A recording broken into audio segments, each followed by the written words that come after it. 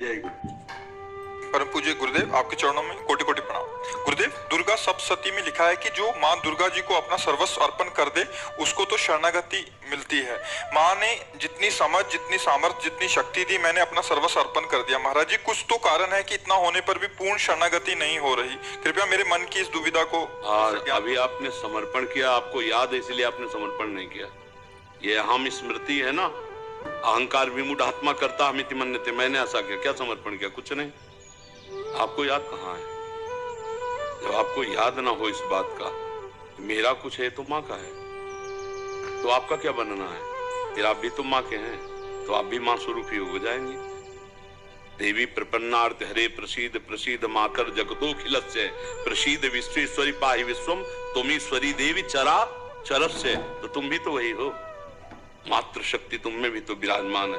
वो शक्ति नहीं आई, वो चैतन्यता नहीं है, तो समर्पण नहीं हुआ ना। हम आज सत्संग में कह रहे थे, अगर ध्यान से सुना हो, कि बिजली का बोर्ड सही है, प्लग भी लगा हुआ है, स्विच भी सही है, बल्ब भी सही है, और ऑन करने से जला क्यों नहीं? बोले कनेक्शन सही नहीं है। बस चावल भर कनेक्शन हटा, इसलिए ऑन ऑफ करते रहो, कोई फर्क नहीं पड़ेगा।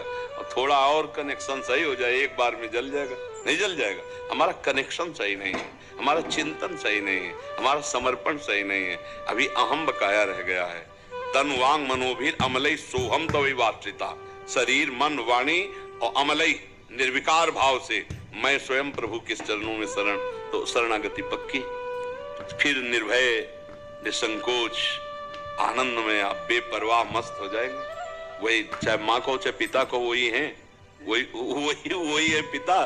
तुम्हें माता च पिता तुम्हें, तुम्हें बंधुश्च सखा तुम्हें, तुम्हें विद्या द्रवणं तुम्हें। वही हरि माँ बने हैं, वही माँ हरि बनी है, कोई अंतर नहीं। वही कृष्ण काली है, वही काली ही कृष्ण है, कोई और एक ही तत्व है, दूसरा तो है नहीं। तो जब हम उसकी शरण में हो जाएंगे तो हमारे अंदर ये सब लक्षण जागृत हो जाएंगे। अभी हमारा समर्पण, हमारा चिंतन कहीं न कहीं विपरीत है। उसको आपको ढूंढना पड़ेगा, उसको आपको ढूंढना पड़ेगा। गुरुदेव की कृपा के बिना ये नहीं है प्रभु जी। हाँ, तो आप नाम जप करो, उसी नाम में आपको दिखाई देने लगेगा आपसे क्या त्रुटि हो रही। हाँ, आप नाम जप करो, जो आपको प्रिय लग रहा हो, जो आप जप रहे हो, और एकाकार जपो। जैसे मान लो माँ, हम कह रहे मान माँ, तो हमारे सामने माँ लिखा है, माँ माँ, उसी के बीच में आ जाएगी जो गलती आपकी है, जो आपकी त्रुटि है, वो साधक के सामने आ जाती कि बार बार जलन होगा और ये होगा, ये गलती है, कैसे छूटे, बस जान लेना वो गलती आ जाएगी। पूरा का पूरा अंतःकरण की छानबीन भजन के समय होती है। जब हम एकाग्रता पूर्वक भजन करते तो हमारी सबसे ज्यादा जितनी गंदगी होती जो, वही सामने आती है, वही हमारे सामने आने लगे। आए एकदम ऐसा ही हो, क्योंकि अपने लोग चल रहे हैं, अपने लोग कोई प्रवचन थोड़ी कर रहे हैं, उसी मार्ग में चल रहे हैं, तो उसको देखा है। उसी कमियों को हम क्रमशः दूर करते हैं, धीरे धीरे एक एक बात पकड़ी, आज ये छोड़ा, फिर ये छोड़ा, फिर ये छोड़ा, और धीरे धीरे निरपेक्ष होते चले जा रहे हैं। नया संस्कार न बनने पावे, पुराने संस्कार निकल रहे हैं, और भजन हमारा एक तार चलेगा, तब ये पकड़ आएगी। ऐसे मनोरंजन वाला भजन नहीं काम करता है। इसमें काम करता है एक तार भजन, तन्मयता पूर्वक देख भी रहे हैं, वही सुन रहे हैं, वही हम अंदर से जप रहे हैं। फिर उस समय सारी कमियां आ जाएंगी।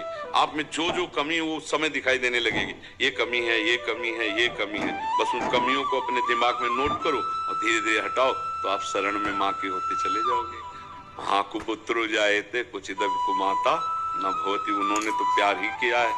हमारी तरफ से जो कमी है उसको हम माँ के ज्ञान बल से, बुद्धि बल से दूर करते हैं, और माँ के करुणा में चरणों का आश्रय लेकर के माँ स्वरूप हो जाते हैं।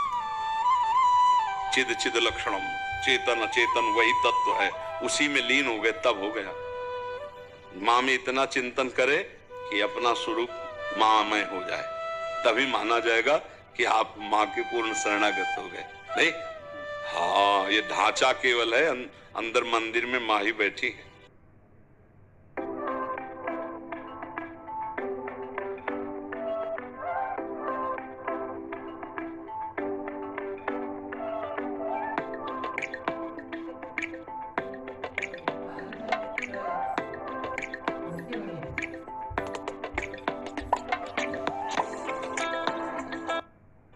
माँ ने इतना तो ज्ञान करा भी दिया है।